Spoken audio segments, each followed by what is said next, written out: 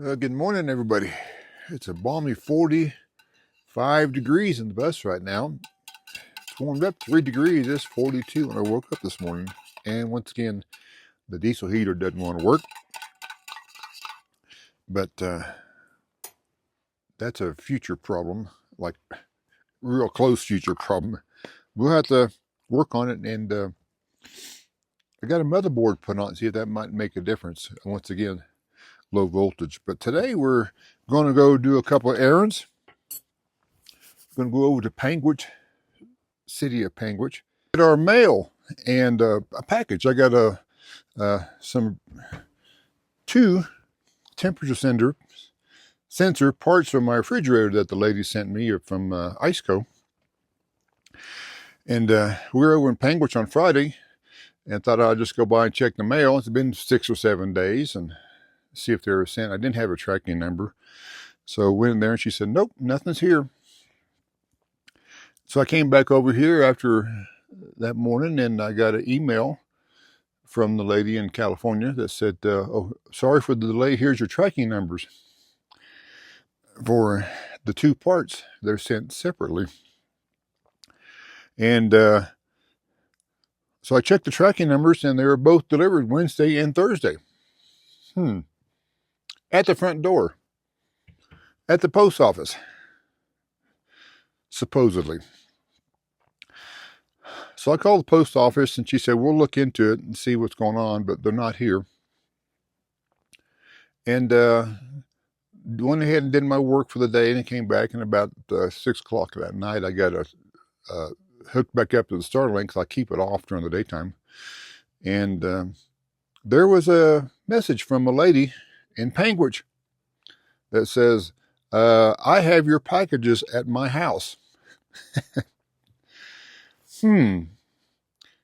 So I called her back, and sure enough, that she'd got the two packages addressed general delivery, Panguitch, Utah, were sent to her house about a mile away from the post office from FedEx. It makes no sense. And she said it happens all the time. I get general delivery packages all the time for the post office, which makes no sense. She's not anywhere near the post office. And so anyway, we're going to go over there and get that. And then on the way back, we're going to stop at a campground and help the other camp assistant working on a sun shelter painting and see how much of a pain it's going to be to do, because I've got 5 of them to do, as I mentioned, over at my other campground 2 hours from here. So yeah, that's what we're going to do today. And here's the part I'm picking up in Panguitch today again, is this temperature sensor right here. Just a little cheapy sensor that plugs in. Hopefully that's the issue. It's only a few dollars, and she sent me 2 of them, as I mentioned, because this refrigerator shows to be 104. Now, the 104, I'm thinking temperature, because one of my viewers commented on that previous, when I talked about it, is the 104 is a power issue code. And then, but I don't know. I looked in the manual and the website, and this number, when it has a power issue or a code problem, it shows E. E1, E2, E3, etc. Not 104. There's nowhere in the manual or the website that tells you 104 is a power issue. You can Google it and it says that, but in the official IceCo information, it doesn't. So we're going to try the sensors and see if that replaces the issue with the 104. Refrigerator works fine, but the problem is it won't shut off because it thinks it's 104, in my thinking. So we'll see what happens with that when we get back from Panguitch. Story about my finger. You may have seen an old Band-Aid on it here that happened yesterday. Won't go into gory details, but if you don't like squeamish stories, yeah, you may want to hit the mute button for about a minute.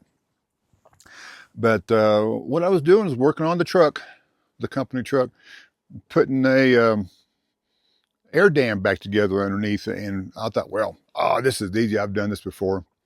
got my pocket knife out, and right there ought to tell you what's going to happen next.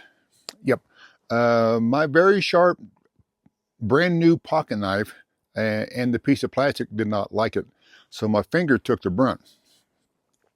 And I was thinking like, oh, ow, oh, I just cut myself. No, that's not what happened. Let me tell you, the quickness and the words that came out of my mouth made Zen run under the bus and hide, because it was rather painful. And so the interesting part, the funny part to me now was thinking like, here I am running around. I've got my thumb on this piece of skin that's hanging out here. So I've got holding my finger together, and I'm thinking like, first aid, first aid, first aid. I need bandage. So I come in the bus, and of course I have a first aid kit. Came with the school bus 20 years ago. And I can tell you right now, it needs a lot of updating, because the stuff does not really, is not very good. And just wondered if the sterile bandages are still sterile or not after 20 years. They're still wrapped up. But anyway, we'll show you in that in a second. But anyway, I was trying to do this and 3 fingers, and trying to how to open up this thing here with holding my finger together. And I got the first aid kit opened up, and then I'm going like, what do I need? What do I need? So I'll show you here what's in there and what I chose. Didn't need the gauze. The Fireball whiskey, that's later. 2-inch bandage compress. No, it's not that big a cut. La la la la la. All right, adhesive bandage. So I pulled those out and wrestled with those things out here on the golf cart. I took the box over here and laid it up on the golf cart. Here I am with my fingers trying to open things up. And then whoever has a first aid kit knows that the first aid kit is not for the person who needs the first aid. It's for a person to assist with the person who needs first aid. Because what happens to me, and probably many other people out there, is whenever I get injured, it's usually on my digits, somewhere in here. And if you're trying to open up a Band-Aid and you're bleeding, you got to have 2 hands to pull that thing apart. You've all dealt with Band-Aids before. Pull that thing apart and then open up the thing, open up the bandage, and then peel the plastic off the bandage, and then wrap up whatever part you've got to cover. It's kind of funny in a way, but then again, it's not really funny, because it's a serious matter too. They need to design something or have something that's a one-person usable Band-Aid thing, But after I got it cleaned up and got my 3 Band-Aids on it, because it was bleeding pretty good, it's holed up. I rechanged the Band-Aid a couple times, and I should have gotten stitches, I think, because it was a pretty good cut. And but here I am again, solo on the road. The nearest medical place, hospital, where urgent care is 40 miles away. I got a dog. I'm in a bus, and I'm a man. So, just wrap it up. It'll be fine. So, that's what happens. But anyway, it's healing, and it'll be all right. I'm just keeping it clean and keeping it wrapped up, and keep things from banging onto it, because it does hurt. So with that, we're going to get on the road and get our work done for the day. Yeah, and after I got my bandage all wrapped up and cleaned up and put together, what'd I do? Right back to the truck, grab my pocket knife, finished making the hole I needed to. Came back in, fixed my lunch, had lunch, and went down into the campground, and I stained 11 tables. So, it wasn't that bad. It was bad, but just keep on going. Like the kids, whenever they have an injury on a soccer team or baseball team, just walk it off. So that's what I did. I walked it off and went to work. And we made it back from Panguitch. And guess what?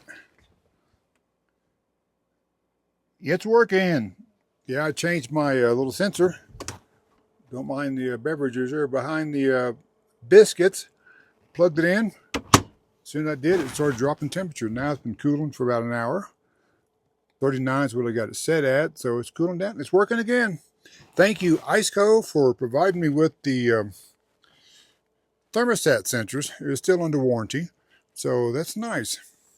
And now I have 2 refrigerators again. This one over here was completely packed, so now it's good to have an extra one, because when I get ready to go to the east side, west side of the state, I'm going to be 10 miles from the nearest town, and I'll be there 3 or 4 days, and no water, no electricity, kind of like being over here. So yeah, that's it. Well, that's going to be it for this video. These are my painter pants. These are got one more job to do, then they're going in the dumpster. But we're back, like I said, from Panguitch. Zen is resting because he gets just riding around, just kind of makes him wears him out too. But Finger's doing much better. I think I got some more Band-Aids over at the Family Dollar, put them on, cleaned it all up again. It's pretty sensitive, tell you what. And it's amazing how much stuff that you bang your finger against whenever, you know, keys, you know, anything, and it hurts sometimes, right? So with that, we're going to say thanks for watching again, and next video will be us going west, young man, and see what we can find over there.